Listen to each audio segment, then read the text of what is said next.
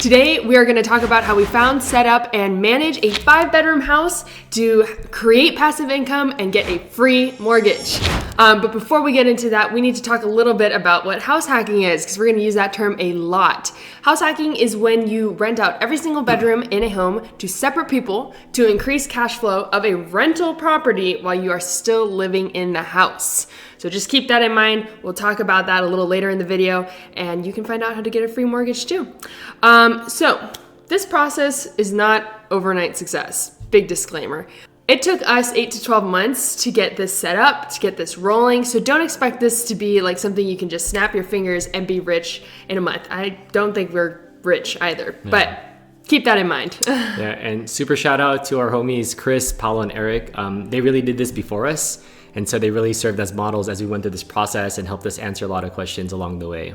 All right, so first things first, new development versus a used house. So when we first started looking at real estate in Vegas, we had a budget, right? And we went on Redfin, looked up 3 houses, and we visited them, and we were not impressed. And Kayla's like, wait, there's a bunch of new builds in Vegas. So for those of you who don't know, literally a new house gets built because there's so much open land here. And so we started looking at new builds, and there's a lot of benefits of that. One is they're new. So you don't have to worry about an old house with things like a 30-year-old roof or old plumbing or electricity and repairing that out and renovating the house. So this would be brand new. And along with that, most of the new builds have 1, 2, and 10-year warranties depending on the items. So for example, if like there's like something wrong with your light fixtures or plumbing in the first year, they basically take care of that for free. And depending on what the item is, again, you get 2 and 10-year warranties as well. Another cool thing about new developments is that you can customize it heavily. So whether it's like, I want this size bedroom or these switches here or these kind of doorknobs or whatever. So that's a thing that you can do if you wanted to. And then most of these new developments have their own financing department. So they can offer favorable terms in terms of the mortgage rate and sometimes rate locks, which we'll talk about in the future. At least in Las Vegas, there are a few different developers. So there's big ones are like KB Homes, Taylor Morrison, Pulte, and Lennar. So a wide variety of developers to choose from in Vegas. Yeah, and that really, informed our decision as well. When we went into house shopping, what we did to start is look at all of the different areas of Las Vegas. So we look primarily in the Northwest, Southwest, Summerlin, and Inspirada. And then from there, when you choose a builder, they build all over the place. So you can choose, like, maybe I want to live in a KB specific community in the Southwest. So that's eventually what we ended up doing. We found a particular community. And then once you pick that community, you get to pick a lot and a plan. So the lot is the piece of dirt within the little block of community that your house will be on. The plan is going to be like the house layout, like where the bathrooms are, where the bedrooms are, that kind of thing. They make a bunch of different ones. And then from there, when you pick out a plan and a lot, you get to pick out options. Again, these are stuff like, floors, doorknobs, extra bathrooms, all that kind of thing, to basically custom make the house for you. Yep. And then so after that, you find kind of where you want to live and what kind of house you want. Then you enter negotiation. So you work with the builder's salesperson and you do some negotiation. Always negotiate, never take the first price, even if you just, even if it doesn't work, still try it out. But for us, we negotiate things like the purchase price. So you can, ask for a lower price if they budge. Your down payment. So luckily for, I think KB, for first time home buyers, you can do a down payment of 5%. But if it's like not your first home, I think they do like 20%, but we were able to negotiate that down to like 10, which was great. Earnest money deposit. So for those of you who don't know, that's the amount that you give to secure the building of the house. And so once you give the earnest money deposit, you will most likely lose it if you don't complete the build of the house or buy it. And then another thing we didn't talk about is you can also negotiate the lot premium. So as Kayla mentioned, in the community, you can choose where in the community your house goes. And depending on where that is, they charge differently, right? Because if you have a really nice spot in the community, you'll get charged more. And if it's not that good, then it's not as much. So you go through all of that, go back and forth with the salesperson. Hopefully they negotiate with their manager. And I don't know, after 1 or 2 weeks or whenever you're comfortable, whenever we got comfortable, we signed an agreement and yep. Yeah, and of course know that Every community is slightly different. It might differ in your state where you live and your financial system. So just double check with your financing, with yourself, that you can afford this home, and make sure to read the fine print. It's very important. So now that we've signed the agreement, we actually get to the part where they build the home.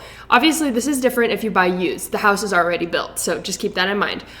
For new homes, though, it took us about 5 to 8 months to build the house, and they quite literally build it from the bottom. And it's very cool, actually, because you can visit it monthly and literally see them like pour the foundation, put up the forms, that kind of thing.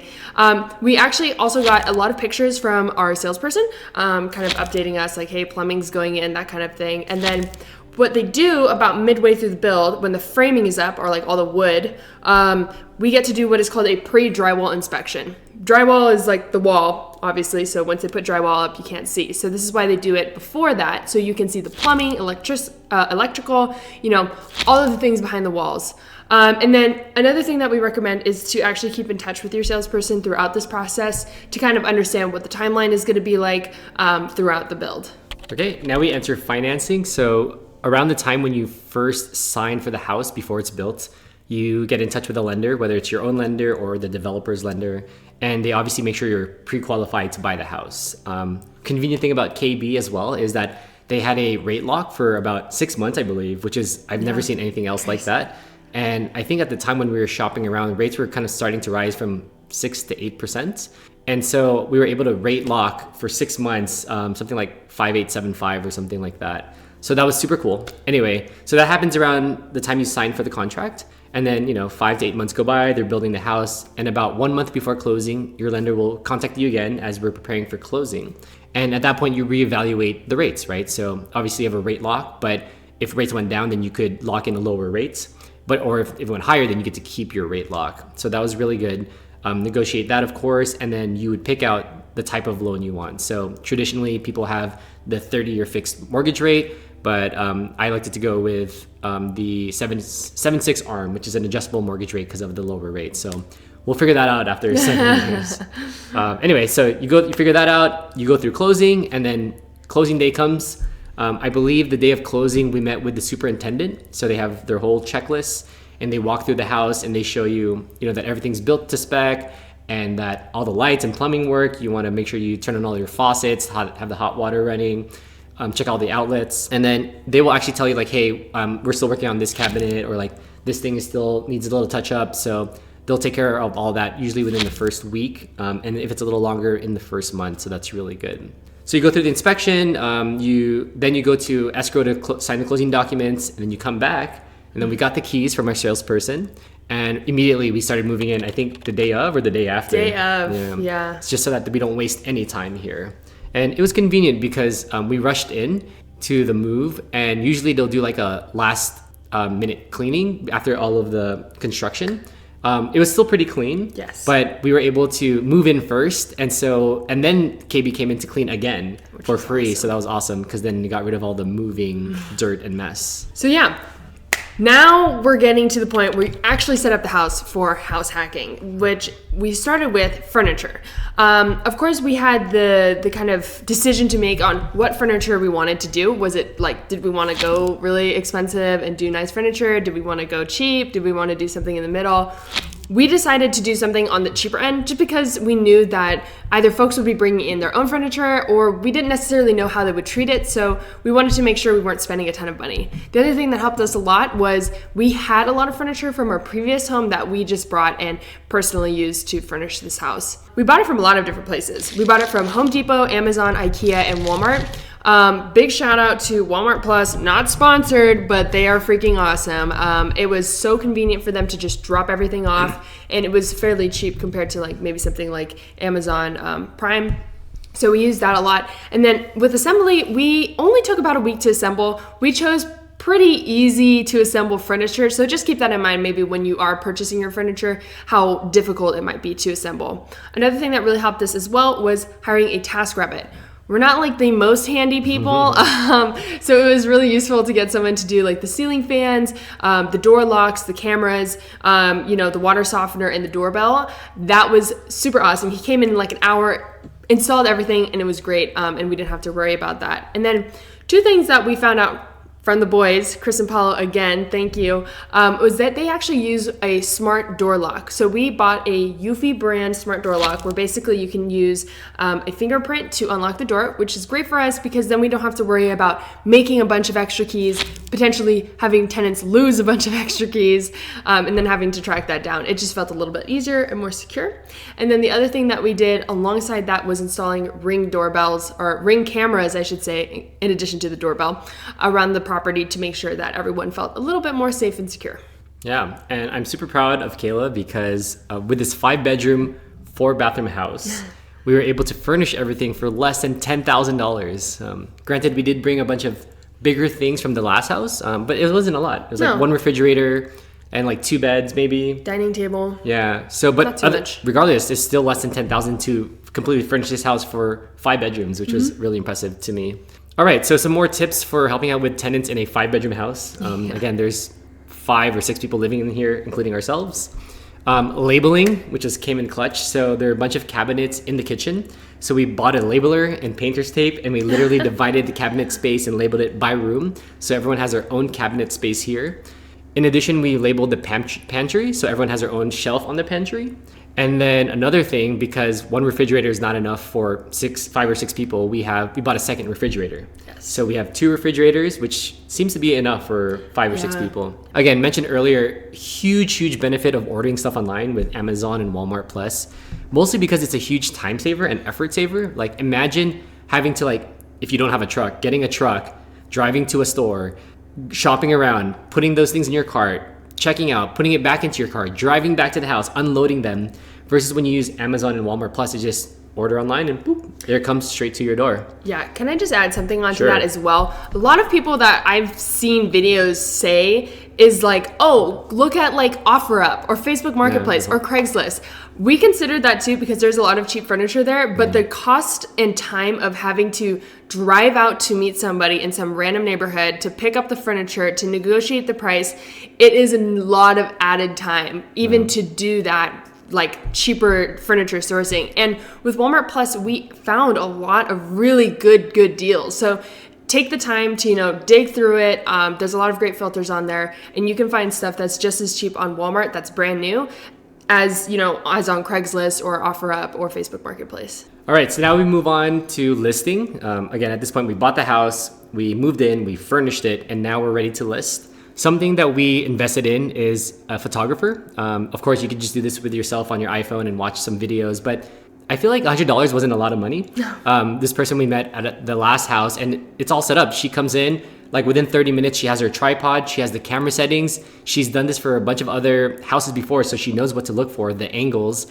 And she just has the same placement. It's very consistent, and the lighting and everything. And she edits them, and then she gives us the photos. So I think that was well worth $100 to get photos for the listing, and comes listing them on different platforms. So you don't want to put all your eggs in one basket. And in fact, we had to list them on Roomies, Spare Room, Facebook Marketplace, Craigslist. Don't advise that. Furnish Finder, and those are the main ones that we listed our house on.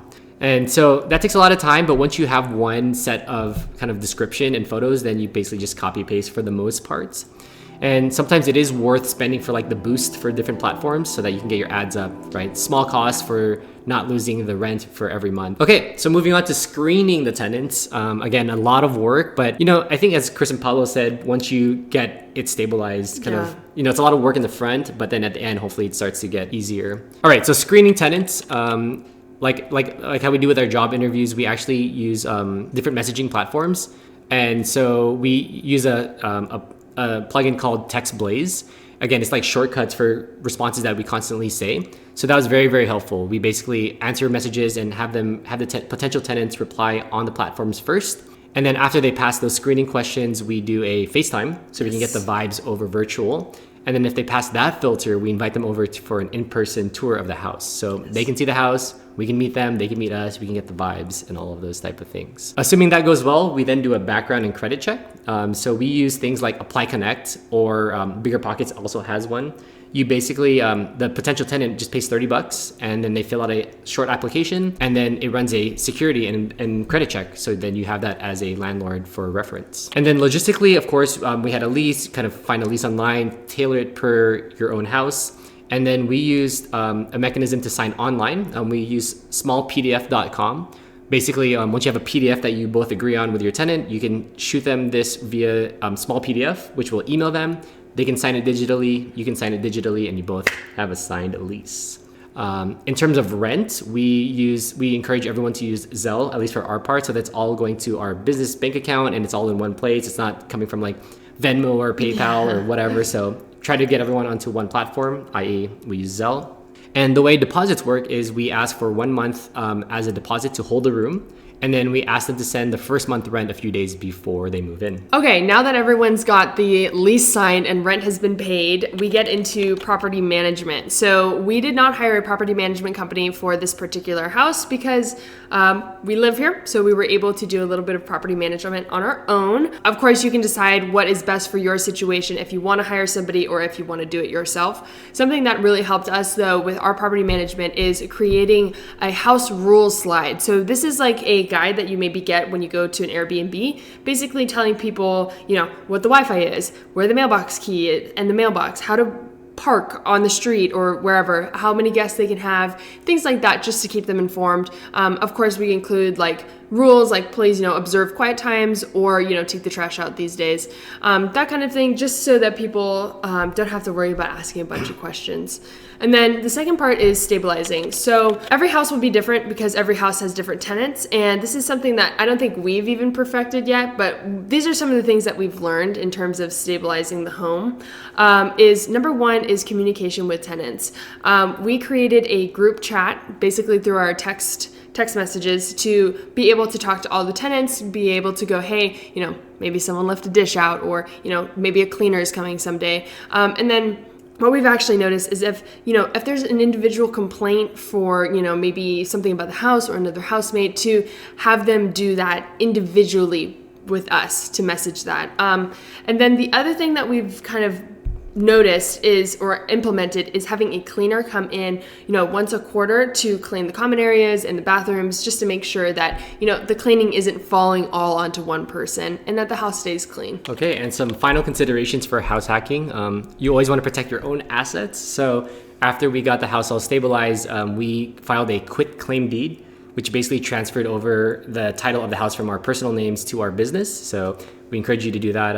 Luckily, we found some people online they did it for I think $200 or $300, and it was pretty convenient because they took care of all the paperwork and filed it with the county, and within like a week it was already done. So that was very reassuring. Also, make sure you have the proper insurance, whether that's homeowners insurance with tenants or a landlord's policy. Or also you can elect to, it's highly encouraged for you to have your tenants get their own renter's insurance. So again, you want to make sure you protect all of your assets. And then extra credit if you want to. There are common resources that are used around the house like dishwashing soap or laundry detergent or paper towels. We don't do this, but I think Chris and Paolo do, where they basically have a community fund, extra $10 a month for each person to chip in for these common resources. So yeah, this is how we set up our house for passive income with house hacking. If you sent the rent correctly, you could potentially get a free mortgage from the people who live with you. Let us know in the comments if you have any questions about house hacking for yourself. We upload weekly, so don't forget to like, subscribe, and hit that bell notification to follow us on our journey. Ding. Peace. All right, that was not bad. No. All right, how did this week go? No. All right, how did this week? Ready? How did this week go for you? It was pretty all right, It was not bad. I think this week was like the Christmas week, so everyone was like kind of MIA, clients and future salespeople. Like I think it was a good reset week for us, and I'm ready to hit 2024 hard. Cool. How was it for you? Same thing. Yeah, I think we're trying to keep the momentum going. Last week and this week, we've not been hitting the 7 hours per day, but again, not a lot of people around, but it's good to keep that momentum going. Yes. So I'm really proud about that. One big thing that happened this week was we did a website migration. Yes. So shout out to our web developer. Thanks for doing that. One of the big milestones whenever we have a client is migrating their websites. Yeah. But yeah, also special shout out to our executive assistant, Francis. One and only. We see you. But yeah, this weekend's the New Year's, so I'm super excited. I think we're in line. We've been talking about this pivot, and I'm ready to go hard next week. Yeah. Cold same. calling, emailing, just getting some more business. So Let's do it. 2024 is the year of the hustle. Yes, it is. Cool. All right. All right. Here's Let's do it. 2024, baby.